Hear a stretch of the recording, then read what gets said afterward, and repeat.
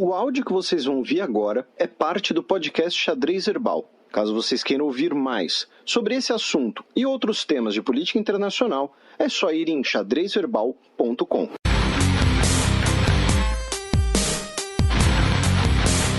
Giro de notícias.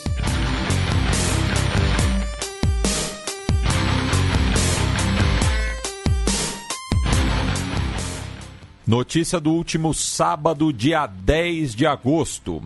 Corpo de bilionário acusado de abuso de menores é encontrado em cadeia nos Estados Unidos. Isso na minha terra chama de queima de arquivo. Então, na verdade, assim, vamos lá, o fato é, né? A gente não dá nem pra dizer qual é o fato, né? De tanta doideira.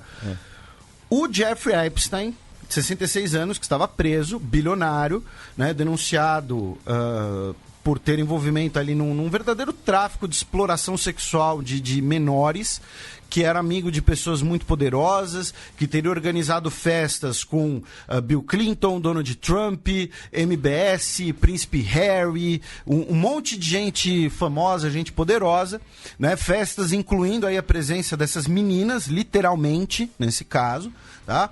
O jatinho dele seria chamado Lolita Express, tá? A gente falou um pouco disso alguns programas atrás, quando ele foi preso. O corpo dele teria sido encontrado no sábado na prisão. Veja o que eu disse teria. Por quê? No dia 23 de julho, algumas semanas atrás, quando ele estava preso, ele já tinha tentado se matar. Aí, quando um preso tenta se matar, ainda mais um preso de perfil tão conhecido assim, a graduação em Law and Order me ensinou que se chama Suicide Watch, né? Que é as pessoas que são vigiadas o tempo todo, não tem objetos na cela que possam ser usados para suicídio, tipo lençóis, tá? Afinal, ele está em custódia. Isso, então assim, ele já havia tentado se suicidar, e aí ele foi colocado ali numa vigilância maior para impedir isso. E mesmo assim, ele teria se matado, né, no sábado. Depois, a autópsia, né, do corpo, que foi publicada no dia 15, também conhecido como quinta-feira, ontem, mostrou que ele tinha diversos ossos quebrados no pescoço, o que seria compatível com enforcamento. Porém, todavia, entretanto, mas também seria compatível com estrangulamento. Aí a grande questão é, o secretário de Justiça, William Barr, né, já disse que ordenou uma investigação firme das irregularidades na prisão federal de Nova York, dizendo que é inadmissível que um preso desse perfil, que já havia tentado se matar, tenha conseguido cometer suicídio. Só que assim, novamente, o cara era um bilionário com diversos amigos poderosos que supostamente estava nessa vigilância de suicidas. Então, ele pode ter conseguido, de fato, se matar contando com a ajuda de alguém. Ele pode ter sido incentivado a se matar. Ele pode ter sido assassinado, como você disse. Agora, a minha teoria favorita é: ele, na verdade, sendo um bilionário com amigos poderosos, ele fugiu, botaram um sósia lá suicidado e ele está nesse momento nas Bahamas tranquilamente. O fato é, isso daqui vai virar filme, vai virar série, entendeu? Vai dar o Oscar pra alguém. Saudades de Cold Case, viu? Entendeu? Se inspirava em casos famosos como esse. Então, vão retomar Cold Case, tipo uma temporada especial assim, de 10 programas sobre Jeff que não aconteceu na Filadélfia. Então, assim, é uma situação bastante tensa. A gente tá aqui brincando que vai virar filme e tal, mas é uma situação bastante tensa. Por quê? Primeiro, as vítimas desses abusos sexuais não vão ver o seu algoz sendo submetido à justiça. Segundo, que tipo de informações ele tinha? O que ele sabia sobre essa exploração sexual de menores? Né? Quem ele sabia que estaria envolvido? Coisas desse tipo podem ter se perdido. Se ele realmente se matou, como ele fez isso? Alguém colaborou? Se ele não se matou, se ele foi morto. E assim, o detalhe é que as câmeras que vigiavam a cela dele passaram por uma pane. Tipo, é muito material pra teoria da conspiração. Assim, embrujas no las creo, pero que la sai. Entendeu? Assim, tipo, o cara tá lá, a câmera o tempo todo, mas pô, deu aqui um curto-circuito, a câmera queimou e tal. Justo a do bilionário, entendeu? Preso e tal. Nunca é sabe? Então, assim, é complicado. Abre margem para muita coisa, muitas suspeitas. É uma situação extremamente delicada, porque, novamente, ele era, né, amigo próximo, né, de pessoas muito poderosas, de pessoas famosas. Só para deixar claro, eu tô chamando ele de bilionário, mas ele é bilionário em reais, tá? Em dólares ele era, entre aspas, só... ele só tinha centenas de milhões de dólares, tá? Só. Então, assim... envolve muita gente poderosa. E você tem indícios muito fortes. Não era uma mera acusação. Não foi uma pessoa que levantou a mão e falou, olha, eu acho que pode ter acontecido. Não, você tinha indícios, você tinha fotos. Saiu fotos, por exemplo, de uma festa. Cara, bizarro, assim. Uma foto de aniversário da Naomi Campbell, início dos anos 2000. O cara acompanhado de uma menina de 15 anos. Tipo, e assim, ela parecia ser a filha dele. E a galera, assim, aparentemente, todo mundo lá na festa, né? O cara veio aí com o date dele, né? Tipo, meio nojento, mas assim, ok. Né? Então, umas coisas meio bizarras. E vai sair muita coisa disso ainda, vocês podem ter certeza. Até porque são circunstâncias muito esquisitas. Tá? Muito esquisitas. Porque no mínimo dos mínimos, alguém ajudou ele a cometer suicídio. Tá? Ele não tinha como fazer isso estando na situação que ele estava, se estivesse tudo regular.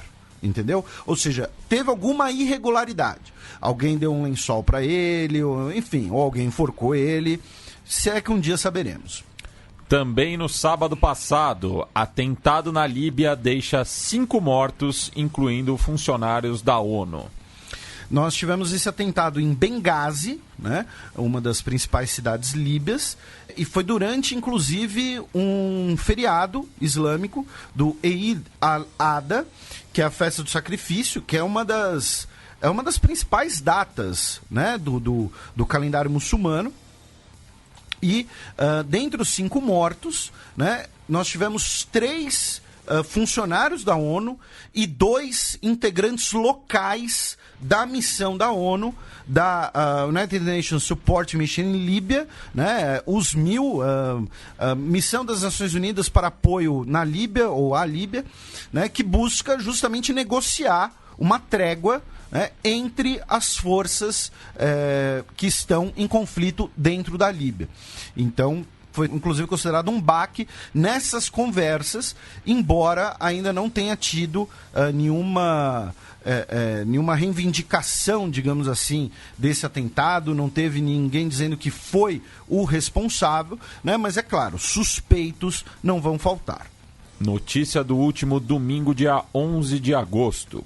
Confronto entre separatistas e governo deixa 40 mortos e 260 feridos no Iêmen.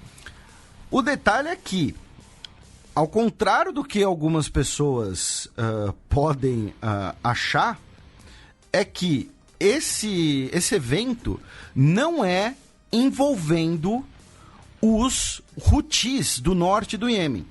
A guerra do Iêmen, que ocorre já há anos, ela é essencialmente, né, lembrando para os nossos ouvintes, a gente já falou um pouco sobre a guerra do Iêmen em outros programas, ela é entre os Houthis ao norte, tá, que são, ao norte não, né, digamos assim, a oeste, a noroeste, tá, do país, que são xiitas apoiados pelo Irã, e o governo de Sanaa, né, que é o governo do Hadi, que é apoiado pela Arábia Saudita e pelos Emirados Árabes Unidos. Agora, nesse caso aqui, foi um ataque do Conselho de Transição do Sul, que é uma milícia separatista do Sul, querendo a redivisão do Iêmen. Lembrando que o Iêmen, durante muito tempo, foi separado entre norte e sul. O Iêmen ele foi unificado recentemente. E esse movimento do sul, separatista do sul, ele é um ex-aliado, digamos assim, da Arábia Saudita, porém ele rompeu com a Arábia Saudita, rompeu com os Emirados Árabes Unidos e busca, então, a separação do sul do país, né, que controla o porto de Aden, que é talvez o principal porto do Iêmen, né, que fica ali bem justamente no Golfo de Aden, ali perto do Chifre da África, digamos assim, na curva, né, que liga o Oceano Índico ao Mar Vermelho, consequentemente ao Canal de Suez, ou seja, lembrando, né, porque você tinha muita pirataria na Somália, né, porque ali é uma região onde você tem um intenso tráfico naval, por conta do Canal de Suez. Então, é outro grupo separatista, um grupo ligado às comunidades do sul do país, que desejam basicamente a separação dessa região e a restauração da divisão entre Iêmen do Sul e Iêmen do Norte. Tá? O detalhe é que o Iêmen do Sul foi, durante muito tempo, um país alinhado, digamos assim, ao chamado socialismo árabe. Ele era, na verdade, uma versão até mais radical do baatismo. Ele era, de fato, governado por um país, como um país socialista. Era uma república popular democrática. O nome era esse. E existiu de 67 a 90. Em 90 que nós temos a reunificação do Iêmen. Então, é uma dissidência, não nesse caso, enquanto o conflito entre os Houthis e o governo é uma violência sectária, com diferenças religiosas, nesse caso aqui é uma diferença, digamos assim, geográfica / histórica. Tá? O Conselho de Transição do Sul não é um grupo marxista, não é um grupo socialista, digamos assim, mas ele é um grupo que fala, olha, o Iêmen do Sul, quando era separado, era muito mais legal. Tá? Depois que teve a unificação, o norte tenta impor o domínio ao sul, o norte tenta controlar o sul pela força. Então tivemos uma ofensiva, né, desses separatistas contra a cidade de Aden, que deixou 40 mortos, 260 feridos no sábado, dia 10. Aden foi, inclusive, brevemente tomada pelas forças separatistas, e aí tivemos uma contraofensiva, né, entre forças agora apoiadas pela Arábia Saudita, retomando a cidade de Aden. Tá? Então vejam, a gente corre o risco de... Essa foi inclusive a linha fina da matéria do Guardian sobre isso, dizendo que agora nós temos o risco de uma guerra civil dentro de uma guerra civil. Então, vai ser interessante ficar de olho com mais esse desdobramento, até porque isso pode também significar, e isso talvez seja o mais interessante, um eventual racha entre os Emirados Árabes Unidos e a Arábia Saudita, já que esse grupo do Sul, embora ele não seja oficialmente ligado aos Emirados Árabes Unidos, ele durante muito tempo foi equipado e treinado pelos Emirados Árabes, enquanto as forças do governo são equipadas, apoiadas pela Arábia Saudita, que eram, e ambos os grupos, como eu disse, eram aliados, só que eles racharam localmente. Agora é ver se os seus, digamos assim, patronos regionais vão rachar também nessa aliança. Né? E aí pode ser os Houthis vão acabar gostando dessa notícia. E falando em Emirados Árabes Unidos, nós tivemos uma notícia dessa semana, de ontem, em que o vocalista da banda eu vou falar em português, né? De 1975, chamado Matt Healy, a banda fez uma apresentação em Dubai, onde você tem diversas leis anti-LGBT, você tem diversas leis homofóbicas, e ele disse no show que ama todos os fãs gays da banda, que Deus ama todos os fãs gays da banda, e aí ele chamou um espectador, um fã que estava na plateia, para vir ao palco e eles se beijaram no palco em Dubai. Tá? Então, uma notícia aí interessante, né, de cutucar esses aspectos. Então aí, parabéns para a banda. Eu não conhecia, para ser sincero. Você conhece ou você só conhece... Não, nunca tinha ouvido falar. Rap afegão você conhece. E, curiosamente, a banda 1975 foi fundada em 2002. Então é isso, temos aí esse episódio. Mas, Felipe, isso aconteceu em Dubai? Eu achei que fosse o paraíso na Terra. Não exatamente, né? Há divergências, né? Há divergências, há sérios problemas nessa visão. Seríssimos problemas nessa visão. Pois é. Notícia da última segunda-feira, dia 12 de agosto. Dupla de suspeitos no Canadá é encontrada morta. Depois de toda aquela caçada, né? Os dois, né? Ken MacLeod e Brian Chmielewski, eles foram encontrados, mortos, muito provavelmente cometeram suicídio, tá? Eles foram encontrados perto de Gillan, na província de Manitoba, perto de um rio, inclusive, e muito provavelmente se mataram com uma arma de fogo, tá?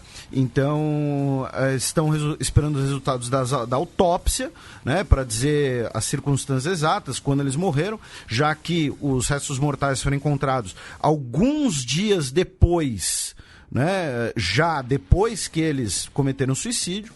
Então, acaba sendo aí o capítulo final, talvez, de toda essa situação também bastante surreal no Canadá, da busca pelos dois suspeitos de terem matado 3 pessoas e terem feito ali uma trilha de fuga por todo o Canadá, que é um dos maiores países do mundo em tamanho. Então, assim, vou repetir, desde de quando a gente falou desse assunto pela primeira vez. Se você tiver curiosidade, se você tiver interesse, procure matérias sobre isso, por exemplo, matéria no The Guardian, né, assinada por Leyland Checo. Vocês vão ver assim um mapinha, o gráfico, né, com os locais, assim, o local do assassinato, local de buscas, local do outro assassinato e tal. É uma distância surreal. É um baita rolê. E é um país enorme, assim, não é que assim, eles cometeram um crime sei lá, em São Paulo e fugiram para Santos, entendeu? A gente tá falando assim, se fosse no Brasil, eles cometeram um crime em São Paulo e foram encontrados em São Luís do Maranhão, mais ou menos, sabe? E é uma coisa bastante distribuída, né, do ponto de vista geográfico. Notícia da última quarta-feira, dia 14 de agosto. A Austrália remove o termo crise climática de declaração sobre ilhas do Pacífico. O governo do Scott Morrison participou, né, do Fórum das Ilhas do Pacífico e tivemos, né, o rascunho da declaração final, que falava, né, em crise climática, e mudaram para realidade da mudança climática e tiraram as referências a carvão, né? Lembrando que a Austrália queima muito carvão mineral para geração de energia e a Austrália explora muito carvão mineral também, né? O fórum foi em Tuvalu, né, um daqueles países que está correndo o risco de sumir, tá? Além disso, na Austrália, nós tivemos na terça-feira um homem com uma faca no centro de Sydney que matou uma mulher e tentou agredir outras pessoas. Ele era natural de Sydney, tinha distúrbios mentais e foi detido pelas pessoas, inclusive com um campeão de Muay Thai. E falando em ilhas do Pacífico, né, e países insulares, muitos dos nossos ouvintes mandaram uma notícia da BBC, traduzida para o português, né, da BBC Brasil, chamada "O que acontece em um país sem mulheres no parlamento?". É uma matéria sobre a gloriosa República de Vanuatu, mas que nesse contexto aqui ela não é tão gloriosa assim, já que Vanuatu é um dos 3 países do mundo que não tem nenhuma mulher no parlamento, né? O parlamento é composto por 52 pessoas e todos eles são homens. Os outros 2 são os Estados Federados da Micronésia e Papua Nova Guiné, ambos países insulares do Pacífico, né? Então, é uma matéria bastante extensa que conversa, inclusive, com mulheres de Vanuatu que querem mudar esse cenário, que estão criando um partido em relação a isso, né? Que estão colocam que a falta de representatividade feminina no parlamento, no legislativo, acaba afetando questões como, por exemplo, casos de violência sexual no país, que não são bem lidados na política. Então fica a sugestão de leitura e fica o puxão de orelha, porque se tem um lugar que tem crédito para puxar a orelha de Vanuatu, é o Xadrez Herbal.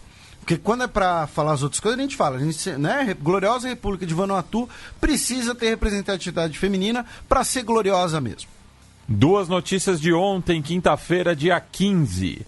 Israel proíbe visita de deputadas democratas ao país após pressão de Trump. As congressistas Ilhan Omar e Rashida Tlaib, elas foram inicialmente ontem barradas pelo governo de Israel, elas que pretendiam visitar a Cisjordânia, na Palestina, porém, para você chegar lá de avião dos Estados Unidos, o caminho mais fácil é chegando por Tel Aviv, né? E a vice-ministra do exterior de Israel, a Tzip Rotoveli, disse que a decisão foi tomada e é de não permitir que elas entrem. Não há país do mundo que respeite os Estados Unidos e seu Congresso mais do que Israel. Porém, a lei israelense proíbe a entrada daqueles que pedem e trabalham para impor boicotes a Israel.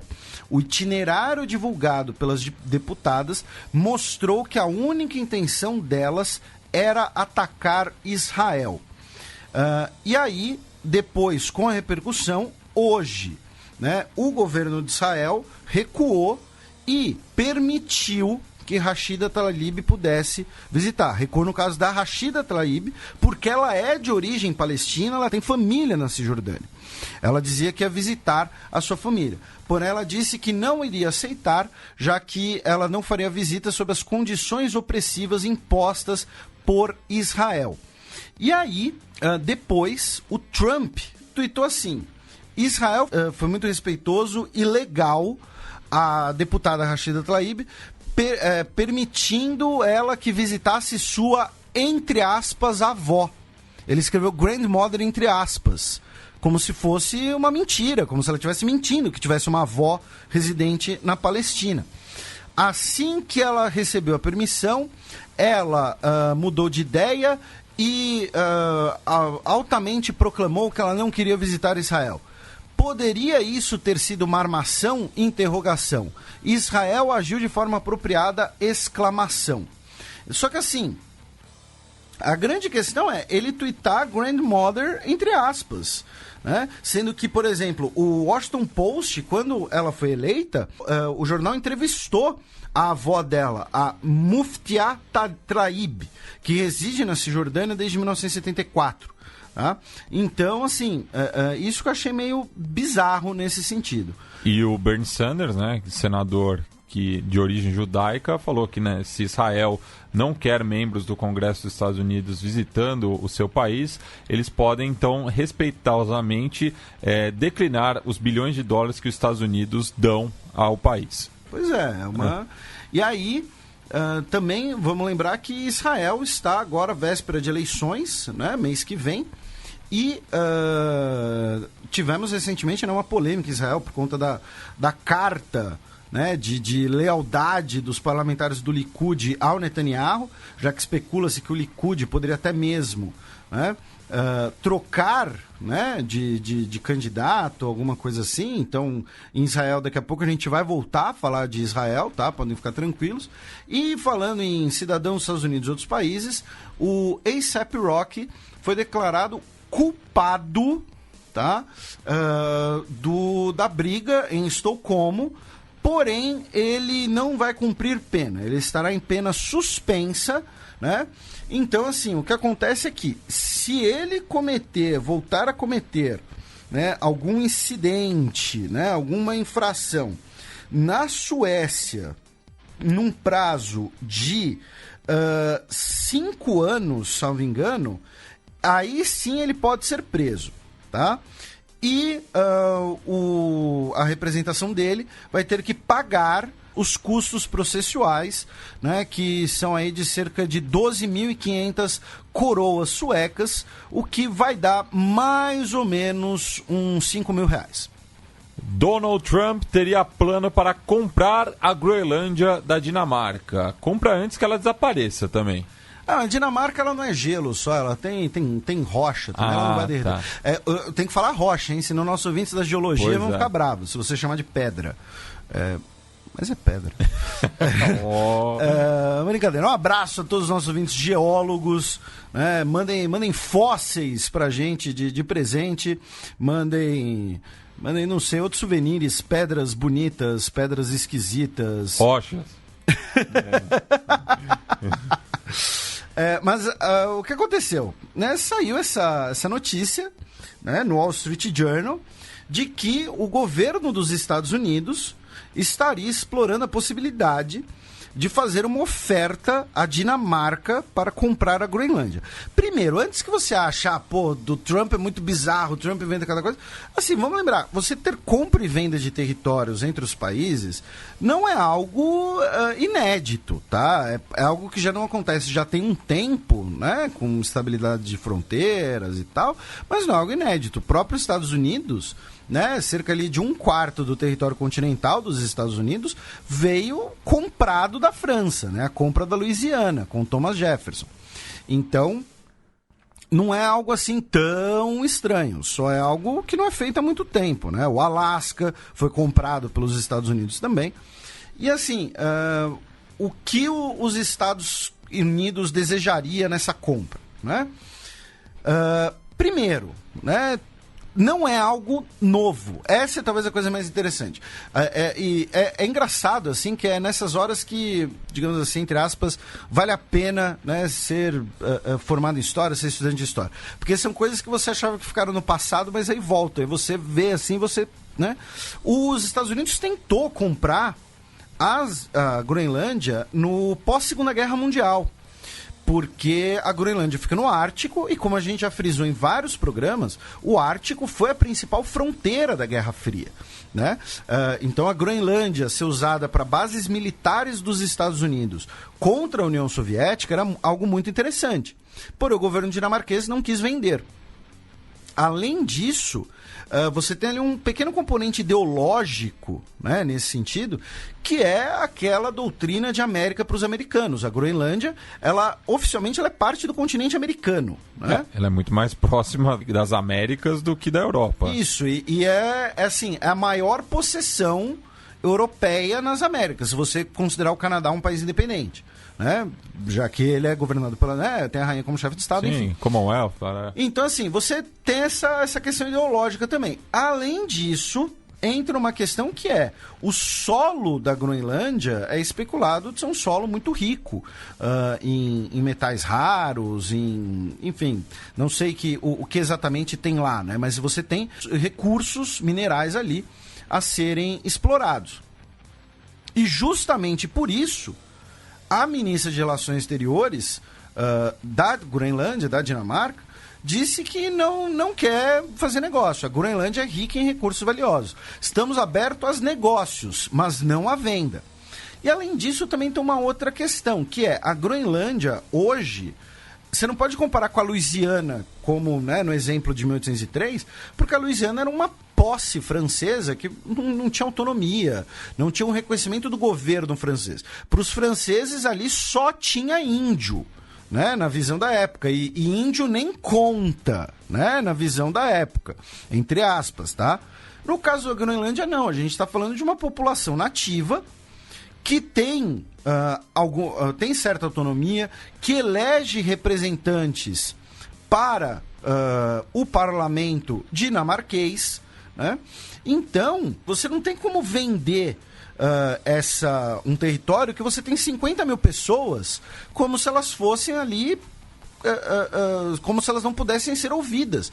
Isso em 1803 podia até ser aceitável para o pensamento, né, dos governos ali eurocêntricos da época. Hoje, em 2019, não é aceitável, né? Você vender um território com 50 mil pessoas lá dentro e do dia para a noite, olha, e muitos desses vão ter família na Dinamarca europeia e tudo mais. Então, assim, olha, vocês agora vão ser nacionais dos Estados Unidos, tá? Vocês vai para lá, tal.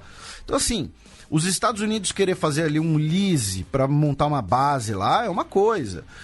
Agora, comprar a Dinamarca como um todo é bastante, né, complicado. Mas faz parte desse grande tabuleiro geopolítico, né, e da disputa pelo Ártico. É uma coisa muito interessante. E os Estados Unidos têm base militar na Groenlândia, sim, tá? Não é deles o terreno, eles têm uma base militar lá da Guerra Fria. A Dinamarca é parte da OTAN, inclusive, mas né, comprar o território já fica um pouco mais difícil. E duas outras notícias sobre os Estados Unidos, uma notícia e outra que é uma divulgação. A notícia é quase uma zoeira, em que uma petição com 300 mil assinaturas quer batizar uma avenida em Nova York como Avenida Presidente Barack Obama. É um trecho da 5ª Avenida que fica entre as ruas 56 e 57, ou seja, também conhecido como um quarteirão. Esse quarteirão dessa 5ª Avenida, nessa altura, é onde fica a Trump Tower. Então, assim, o pessoal quer trollar, na verdade surgiu como uma ideia de uma comediante, a Elizabeth Howen, né? E aí criaram esse abaixo-assinado de 300 mil assinaturas, mandaram pro prefeito Bill de Blasio, querem mais assinaturas. Por quê? Porque a Trump Tower vai ficar, tipo, número tal, Avenida Presidente Barack Obama. Né? Então, assim, vai ser, né, uma grande sacanagem, né? Uma grande trollada aí com o Donald Trump. E outra coisa que eu queria divulgar é do professor de Relações Internacionais, Carlos Augusto Poggio, né? Infelizmente não sei a pronúncia direito. Nós temos muitos amigos em comum, mas eu não conheço. Que ele fez um mapa em que estão os locais onde os embaixadores dos Estados Unidos são diplomatas de carreira, onde são nomeações políticas e onde o cargo está vago. Tá? Então, e ele faz uma análise ali em cima disso, então acaba ficando muito interessante. Tá? Vocês podem procurar ele no Facebook, tá uma publicação pública, justamente, perdendo a redundância, né? Carlos Gustavo Poggio, ou então no Twitter, @CGPoggio. Tá? E o mapa está muito interessante, mostrando lugares onde está vago, onde são indicamentos políticos e onde são indicamentos de campanha, né? Indicamentos de carreira, diplomatas de carreira e apontamentos de campanha, que é aquela coisa que a gente já explicou, que muitas vezes, né, o cara vai lá, doa uma bala para a campanha do futuro presidente e em troca vira embaixador nas Bahamas, né? Vira embaixador em Copenhague, né? Se entupir lá de chocolate, que aí vai parecer que é propaganda, mas enfim. Então eu viro embaixador em Estocolmo, pronto, em Oslo. Para tomar vodka. Abaixa o volume porque lá vem Breaking News. Protestos no Zimbábue são dispersados pela polícia. Eu coloquei essa notícia aqui porque são 18 meses do governo do Emerson Mnangagwa, o nosso Emerson apenas. A gente fez um programa sobre a crise no Zimbábue na época, e foi um protesto que foi declarado ilegal, que já teve muita dispersão por conta disso, porém a polícia reprimiu os protestos hoje no Zimbábue. A ideia, inclusive, virou um protesto pelo direito do protestar. Porque o principal partido da oposição, né, o Movimento pela Mudança Democrática, MDC, havia convocado um grande protesto que a justiça declarou que não poderia ser realizado. Né? Declarou que ia, enfim, atrapalhar a cidade e tal, Harare, e não ia poder ser realizado. E aí, um grupo de integrantes que não queriam aceitar a decisão falaram, olha, temos que fazer um protesto pelo direito de protestar. E aí nós tivemos a polícia soltando bombas de gás, cacetetes, enfim, reprimindo o protesto hoje em Harare. Porém, a situação no Zimbábue, mesmo já 1 ano e meio depois da queda do Mugabe, não está boa.